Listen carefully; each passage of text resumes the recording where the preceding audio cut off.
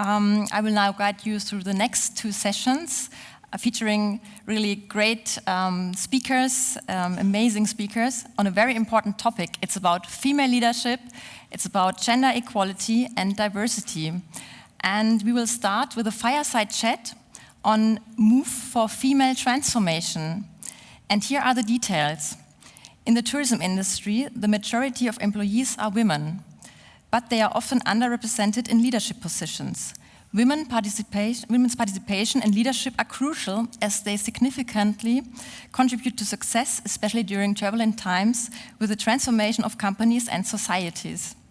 To advocate for gender equality in tourism, the German initiative MOVET, Move for Female Transformation, was established. And I am now looking forward to exploring all the details together with Sven Liebert. Sven, please join me on stage. In the middle, please. In the middle. In the middle. Yes. So, Sven, you are the Secretary General of the Federal Association of the German Industry, short for is BTW. Together with the Bertelsmann Foundation, you are a co-editor of the book Update Wirtschaft für Gesellschaft. You advocate for the socio-political role of companies, and as a supporter of MOVET initiative, you aim for greater gender equality in tourism. So lots of I hope everything is true, yeah. Hope so too. So talking about MOVET, yeah. Can you please provide some further information about this initiative, the reason behind its initiation, and also explain its goals in more detail? Yeah, sure. I mean, for us as an association, it was always crucial that in my work environment, I just have old men around me. When you talk about politics, when you talk about associations, it's basically the problem that I'm dealing lots with old men. And the industry I'm dealing with, I'm representing the industry which is much more diverse, which is much more colorful. And so we just thought, okay, what can we do as an association to drive this change? And this project Move for Female Transformation was the idea, what is really needed? And we thought, okay, we need a network on the one hand, and of course we need some change in the companies. And so we got some support from the Ministry of Economics in Germany, and they just said, okay, let's go. And we fund you as BTW with the project to do 2 things. So like one was that we did this kind of female leader lunches, now like for the 4th time. So it's an upcoming event every 6 months where we bring together around 250 women, so like female leaders from the tourism industry, so just to get the connection. And on the other hand, we had the idea to go into the companies, because network is not enough. The companies need to change, and especially men in companies need to change. And how do you get the men to change? You have to get them involved to make the part of the change. And this was like different workshop formats we had in 8 tourism companies. And it was happening during the last year, and it was an intense time, but we are just getting started. So it's more like a marathon, so it's not a sprint. Yeah. Sounds very good. A lot of measures and a lot of things you mentioned already. So you wanted to have it more colorful and male. Yeah, it's also a very important topic. We will talk about that also later. But maybe first one, what obstacles do women striving for leadership positions face, and how could MOVET, I mean, you already mentioned some measures, but how could MOVET, help overcome these? I can just tell what women told me. So I mean, it's not the man who is telling what the problems are, the women problems, to be honest. But what we see in research is that on the one hand, it's really like to break the male networks.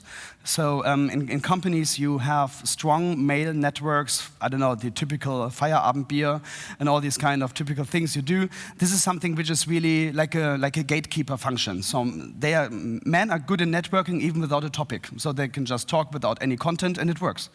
And we thought, okay, what can we do to break this barrier? So we need a female leaders network where we bring all the cool people together to have their some kind of a joint movement. And that was the idea, because the male networks are parts of the problem. And of course, that especially male leaders are aware that diversity matters. And of course, companies are better off if they're having a diverse team. And so, these are the two major things, so like the missing network, and on the other hand, men who are not aware that it's important. And you already mentioned that MOVIT ended last year. So what's next? So because it's not over, the challenge. No, there still has to be done something. And what's your long-term vision? And how can also the German government, but also tourism companies support this initiative? Yeah. I think, to be honest, as tourism industry, we are a bit like, we are late to the party, to be honest. I mean, many other industries are moving ahead. And I'm a bit mad about it, that it took so long just to get started. I mean, I'm in this position since 2 years now. So for me, it was directly important to do something because I was engaged in diversity topics in general, in my former career part. But for us, it's important to keep on going. So this female leaders network we are just created will be during the next years. We will make it, I don't know, a normal formal event which will come every 6 months to bring cool people together, and even without a funding. So I mean, it's important that the industry itself keeps on going.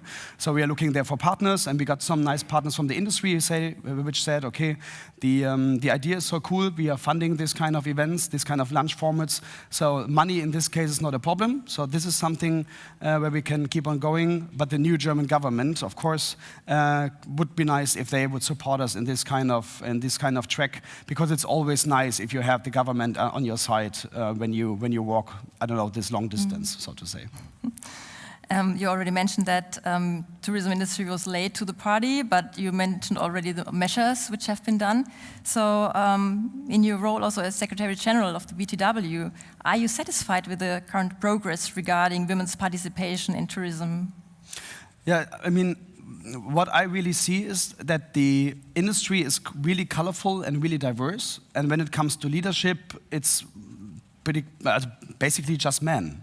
And we see it in associations. That's a huge problem for us too, because when we would like to represent an industry which is so colorful, which is doing all those great things we are doing as an industry, and then you just talk about men are just talking, this is not who we are. So we have to break the barrier. So I'm not satisfied with that. And I guess the industry needs to speed up a little to get this done. Yeah. And you mentioned already men, industry, everything. So it's about also that women in leadership positions are underrepresented is also really a societal issue, societal problem, societal structures. So to what extent can the MOVIT initiative really make an impact? Yeah, to be honest, the MOVIT is just like a drop on a hot stone. Do you say it in English? I don't know. You know we understand, what I mean. I think. So it's just like, I mean, we are just getting started, and of course we will not change the world with that. But I think at least if we bring together these 250 cool women we find in leadership positions, and if there's a network which does its magic, I think this is something which makes a difference. Of course, not in the short one, but maybe on long term. And so, I mean, it's just important just to get started and to do something, because just to wait and to see if something happens is not an active role I see myself in. Yeah, that's so true, definitely. And I mean, gender equality is not just nice to have. So because I think also, I've got a question to you. Could gender equality in tourism, especially in times of skilled labor shortages, contribute to making the tourism industry more interesting, more attractive, especially also to younger generations? And how could this work? Yeah, sure, definitely. I think what we see in other industries is more diverse teams are, as better the company is doing. And that's something we of course, we can copy for tourism industry, of course, too. And so I guess that's something that we should always be aware. It's not like a nice thing to have. It's something we should really work on, because on two aspects. One is like, if you want to have an innovative, performing company, of course you need diverse teams, and that means female leaders, even as a role model. And that's the second aspect. Yesterday evening we had an evening with young people, young talents from the industry. 250 young talents were there, and they told me how important it is that you see in leadership roles not just men, so you see some kind of diversity and someone you can identify with, to understand that this can be you. And I think that's something which is really crucial, that we come to this point that, I don't know, everyone who's working in our industry really thinks I can be this one, but it just works when it's diverse in the leadership team. Otherwise, it will not function. Yeah. And especially, I think also when you look at the big tourism tour operators, you see only male in the upper level, and I think especially bigger companies are having more resources, more skills, so they are more in the driver's seat here. I mean, small and middle-sized businesses, I would not say let's go to the front and you are the leaders in this way. I think the bigger companies, who are of course in our association, they should go to the front because they know why it's important and they have the resources to skill the man up in this regard, that they understand how big this topic is and how crucial and important. So I think the bigger companies should go there and be in the driver's seat. Very good. So maybe also personal insights and perspective even more. What changes need to happen, and what do men, we already mentioned it several times, what do men and what do women maybe also need to change?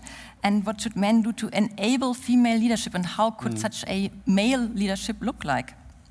I think it's time for a new generation of men, to be honest. I mean, we need some change makers who are not always, who don't see themselves always in the first row, in the front seat. I think this is something which is really important, that men understand that they are part of the change. Otherwise, it will not happen, or it will happen really slow. So you need some change makers, and I think men need to emphasize this, that they are crucial parts of the game. Otherwise, it will not work. And the second part of the question was, sorry? What does specific male leadership mean? Or how could it look like?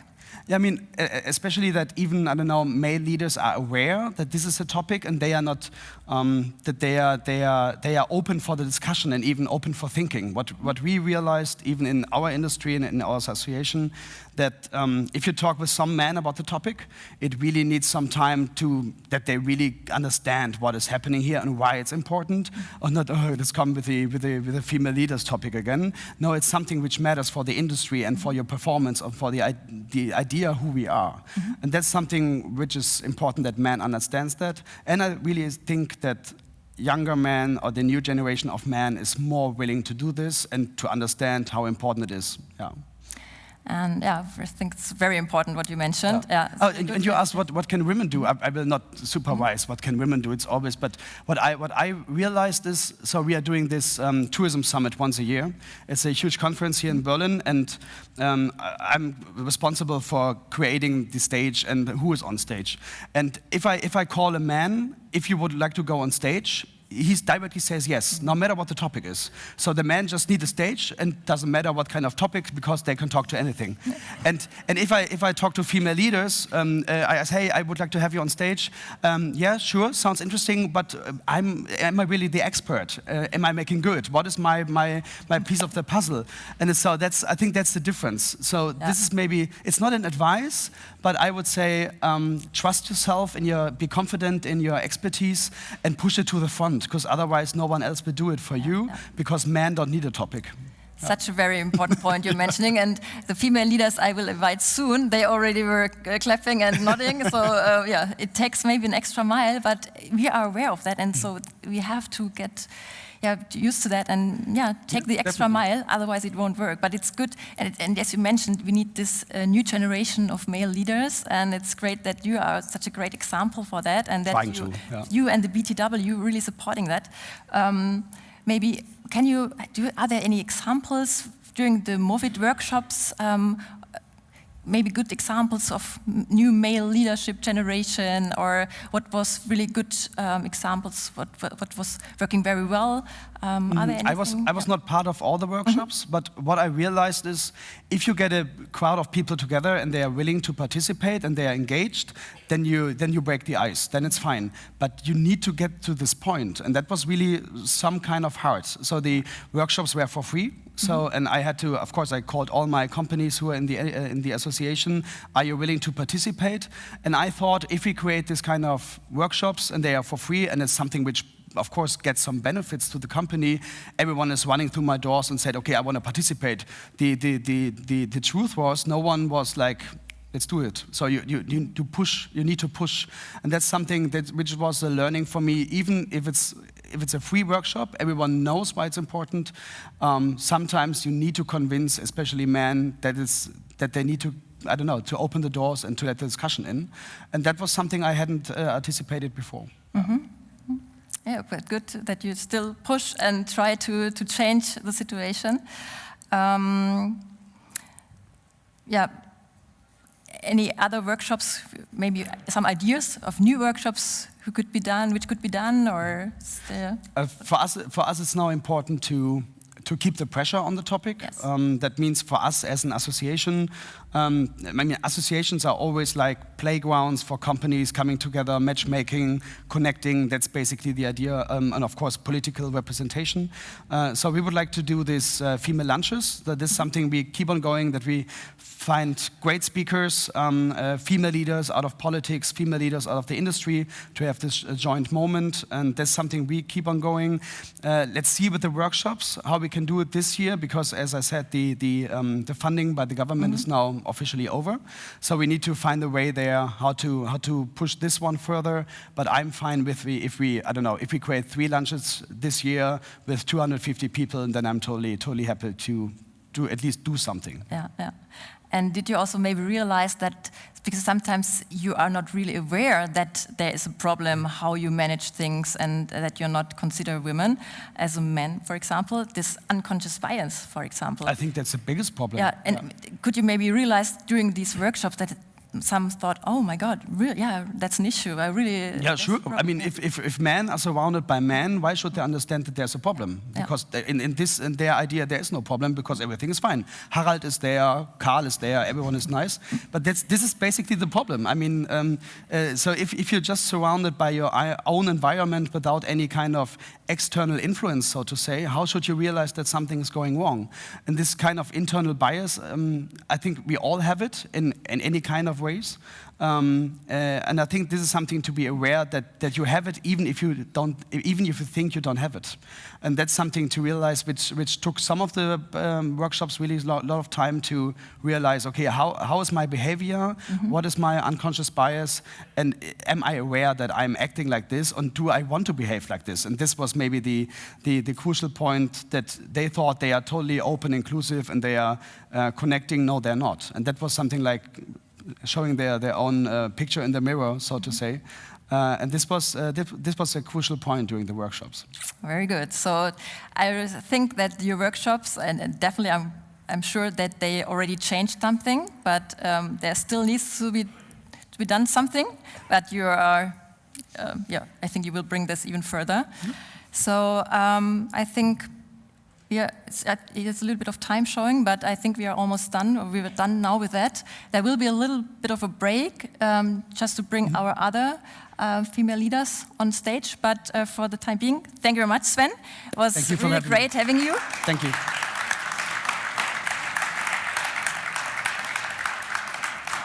Thank you really so much for your support, and that you're pushing this, because we need men like you, definitely. Thank you so much. Thank you.